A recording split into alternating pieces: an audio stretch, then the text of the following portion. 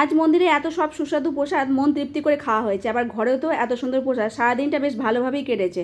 রাধে রাধে বন্ধুরা, কেমন আছো সবাই? আশা করি সবাই ভালো আছো, সুস্থ আছো। সকাল থেকে আজ ব্লগটা শুরু করছি। ভগবানকে বাল্যভোগে দিয়েছিলাম দুধ আর কর্ন, তো সেবা দেওয়া হয়ে গেছে, এখন প্রসাদ পাবো। আজকে আবার মন্দিরে যারা আছে, তো জামা কাপড় পরে নিয়েছি খাওয়া দাওয়ার পর। তো সেই সময় আবার পাশে বাড়ি এই যে ওদের গাছটা চলে এসছে আমাদের পুরো জানলার কাছে, তো গাছটাকে বলে বলে কাটছে না, তো আজকেই আবার কাটতে এসেছে। তো সেই জন্যই ঘরে রয়ে গেলাম, জামা কাপড় পরে নিয়েছি যে ট্রেনটা ধরো বলে তাড়াহুড়ো করছিলাম। এখন যতক্ষণ না কাটা হচ্ছে ততক্ষণে যাওয়া হবে না, এই ট্রেনটা ধরা হলো না। আর সব দিকই বজায় রাখতে হয়। ওরা আবার ছাদে উঠছে, দড়ি ধরে গাছটাকে নামাচ্ছে, সেই জন্যই তো ঘরে রয়েছিলাম।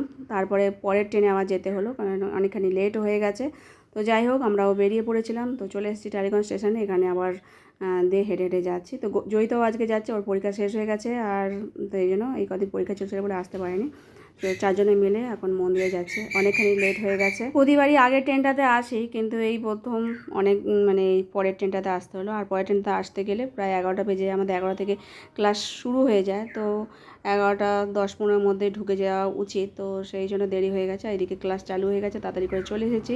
এটা হলো আবার যখন ভোগ আরতি হচ্ছে তখন ক্লাস আমাদের শেষের অবস্থা। আজকে লক্ষ্মীকান্তবাবু ক্লাস নিচ্ছেন, তো এই এখন শেষের অবস্থায়। তারপর আমরা দুপুরে প্রসাদ পাবো। আর আজকে প্রসাদ অনেক রকমের আইটেম ছিল, খুব সুস্বাদু সব প্রসাদ হয়েছিল। লাইন দিয়ে সব বসে পড়েছি। চলো, অনেক দিন পর বেশ মন তৃপ্তি করে খাওয়া মানে প্রসাদ পাওয়া হয়েছে। যাই হোক, সবার প্রথমে দেখো এই যে গরম গরম অন্ন দিচ্ছে, অন্নর সাথে আজকে শুক্তো ছিল। তো শুক্তো আমাদের ঘরে সকলেই পছন্দ করে, আমারও খুব ভালো লাগে। তো ডাঁটা দিয়ে দিয়ে কাঁচকলা আলু দিয়ে করেছিল, তো খুব টেস্টি হয়েছিল। তো সেটা দিয়ে প্রসাদ পাওয়ার পর আবার পরে আমি শুক্তো নিয়েছিলাম। জয়িতাও বললো মা আমিও নেবো, তো খুব ভালো লেগেছিলো। আজকে মনের মতো সব প্রসাদ হয়েছে। তারপর আবার একটু অন্ন নিয়েছি, তার সাথে আবার শুক্তো নিয়েছিলাম। আর হয়েছিল ঝিঙে আলু পোস্ত, আর তার সাথে ডাল আর বাঁধাকপির পকোড়া ছিল। তো সবাই পেট ভরে প্রসাদ পাবে। দুপুরে প্রসাদ যেহেতু যতবার ইচ্ছা ততবার নিতে পারে, তো ওই আমরা প্রসাদ পাচ্ছিলাম। আর ছিল বিলেতি আমড়ার চাটনি, তার সাথে পরমান্ন, আর একটা করে মিষ্টি, কমলাভোগ ছিল। তো যাই হোক, খুব সুস্বাদু প্রসাদ হয়েছিল। প্রসাদ পেয়ে মন তৃপ্তি হয়ে গেছে।